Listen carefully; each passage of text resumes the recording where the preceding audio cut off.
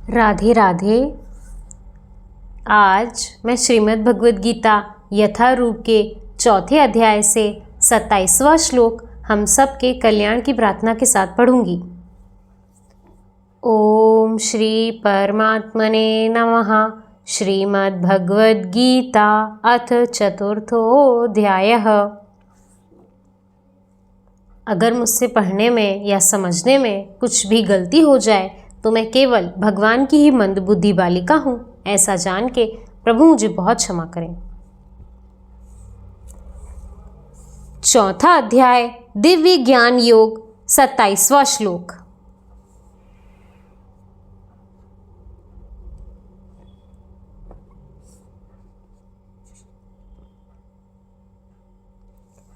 सर्वेन्द्रियाणि कर्माणि प्राणकर्माणि चापरे आत्मसंयम योगाग्नौ जुह्वति ज्ञानदीपिते।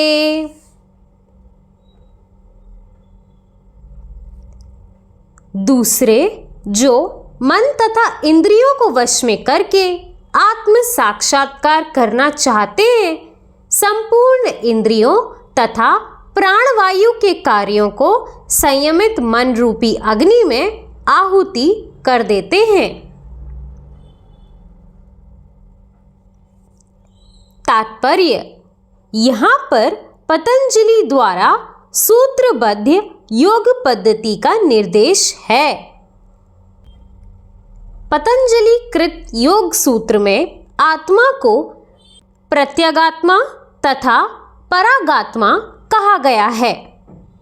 जब तक जीवात्मा इंद्रिय भोग में आसक्त रहता है तब तक वह परागात्मा कहलाता है, और ज्यों ही वह इंद्रिय भोग से विरक्त हो जाता है तो प्रात्यगात्मा कहलाने लगता है।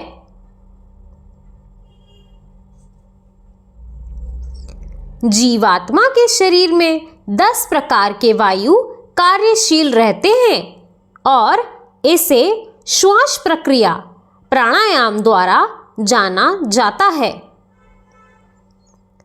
पतंजलि की योग पद्धति बताती है कि किस तरह शरीर के वायु के कार्यों को तकनीकी उपाय से नियंत्रित किया जाए, जिससे अंततः वायु के सभी आंतरिक कार्य आत्मा को भौतिक आसक्ति से शुद्ध करने में सहायक बन जाएं। इस योग पद्धति के अनुसार प्रात्यगात्मा ही चरम उद्देश्य है। यह प्रात्यगात्मा पदार्थ की क्रियाओं से प्राप्त की जाती है।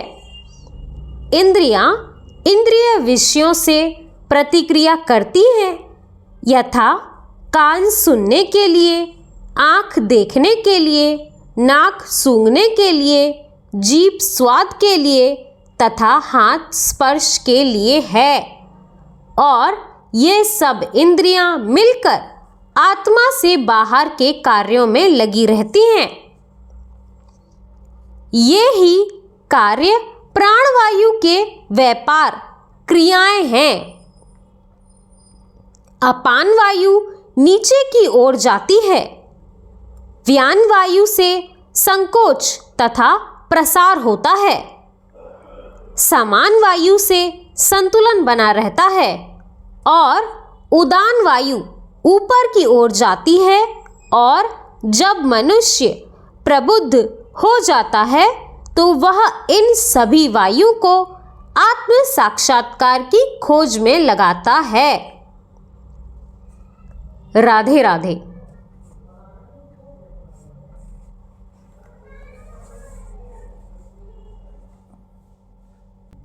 इस श्लोक में भगवान ने कहा कि जो लोग मन तथा इंद्रियों को अपने वश में करके आत्म साक्षात्कार करना चाहते हैं, वो संपूर्ण इंद्रियों और प्राणवायु के सभी कार्यों को नियंत्रित मन की अग्नि में आहुति कर देते हैं। इस श्लोक में पतंजलि योग सूत्र के पद्धति का निर्देशन है। अभी बहुत कम ही समय हुआ है मैंने प्राणायाम और हठ योगा करना और उसकी वास्तविक विधि या पद्धति को सीखना और समझना शुरू ही किया है। उस पे ही मैंने अपने जीवन में बहुत बड़े परिवर्तन देखे हैं।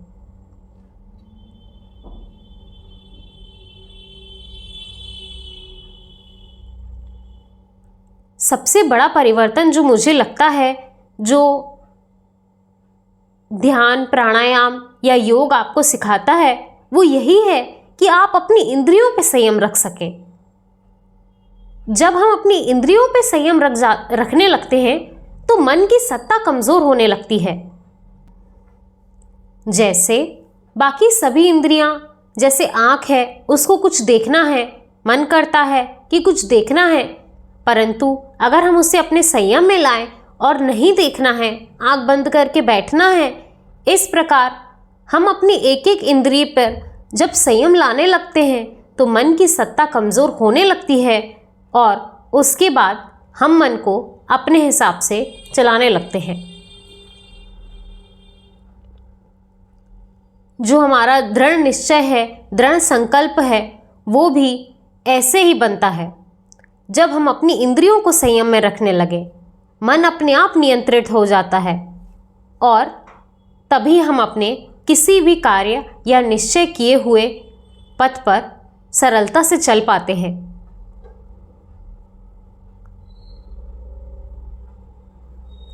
ये एक ऐसी चीज़ है जिस पे जितना भी कहूँ कम पड़ जाएगा और मेरे पास तो अभी ज्ञान है ही नहीं। मैं तो केवल अपना अनुभव आपको बता रही हूँ। जैसा हमारे गुरुजन सिखाते थे वैसा मैं कोशिश करती थी करने का।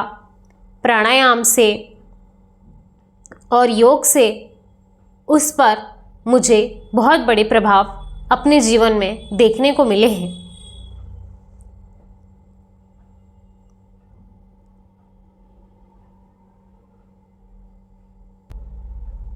हमारे गुरुजन तो यहाँ तक कहते हैं कि जिसने अपनी सांसों को नियंत्रण करना सीख लिया उसने अपने मन को जीत लिया और जिसने मन जीत लिया उसने जग जीत लिया।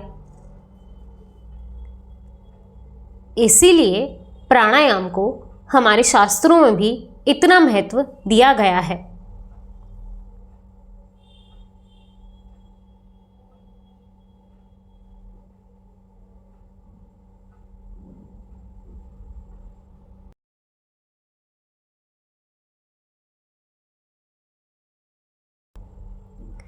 इंद्रिय भोग में और बाकी चीज़ों में हम इसीलिए ही फंसते हैं क्योंकि हमें ऐसा लगता है कि शायद बाहर की चीज़ों की हमें ज़रूरत है। आँखें हैं तो कुछ देखेंगी ही, नाक है तो कुछ सूंघेगी ही, कान है तो कुछ सुनना ही है और रसेंद्रिय है तो इससे तो कुछ ना कुछ भोग चाहिए ही चाहिए।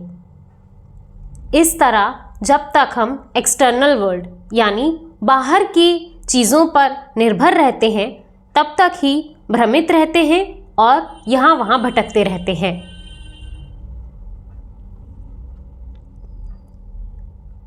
तात्पर्य में एक बहुत सुंदर शब्द का प्रयोग हुआ है, प्रत्यज्ञात्मा यानी अंतरात्मा। जितना ज़्यादा आप बाहर की चीज़ों के पीछे भागोगे उतना ही ज़्यादा आप अपनी आंतरिक आत्मा से दूर होते जाओगे।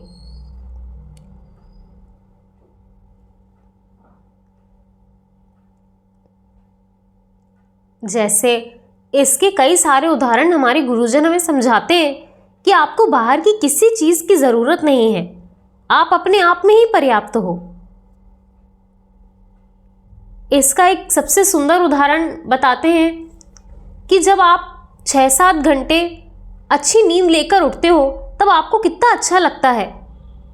इसका मतलब नींद तो आपके अंदर ही थी, आपको बाहर से किसी चीज़ की ज़रूरत नहीं थी जो आपको आराम या सुकून दे सके। बिल्कुल उसी प्रकार हम जितने भी सुख बाहर खोजने में लगे हैं, इंद्रिय भोग में लगे हैं, इंद्रिय तृप्ति में फंस जाते हैं, वास्तव में बाहर से ना हमें कभी तृप्ति मिल सकती है और ना ही भोग भोग के हम कभी सुखी हो सकते हैं, चूँकि हम भी उस परमात्मा का ही अंश हैं। इसीलिए सुख तो हमारे अंदर ही है।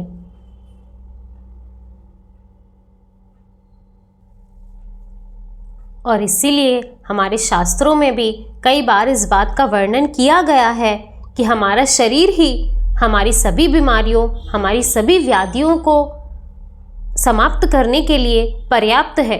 आपको बाहर से हर चीज़ की दवाई खाने की ज़रूरत नहीं है, परंतु उसके लिए आपके शरीर को चलायमान रखने के लिए जो अलग अलग तरह की वायु हैं, हमें उनको संयमित रखने की ज़रूरत होगी।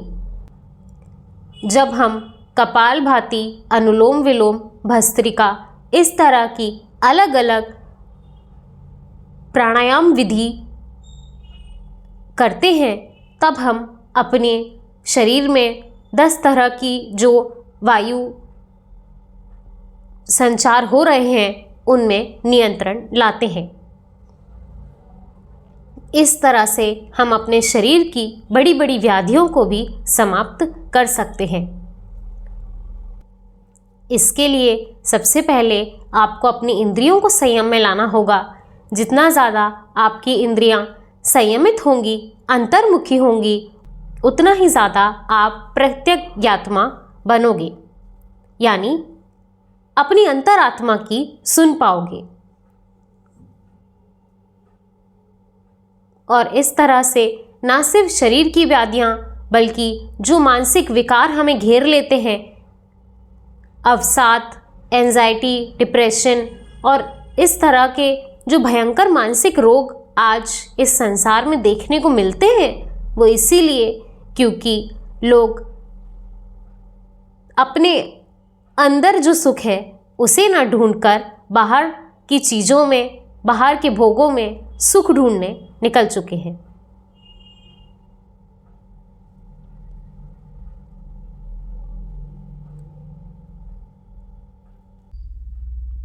इसी तरह भगवान की कृपा हम सब पर बनी रहे। राधे राधे।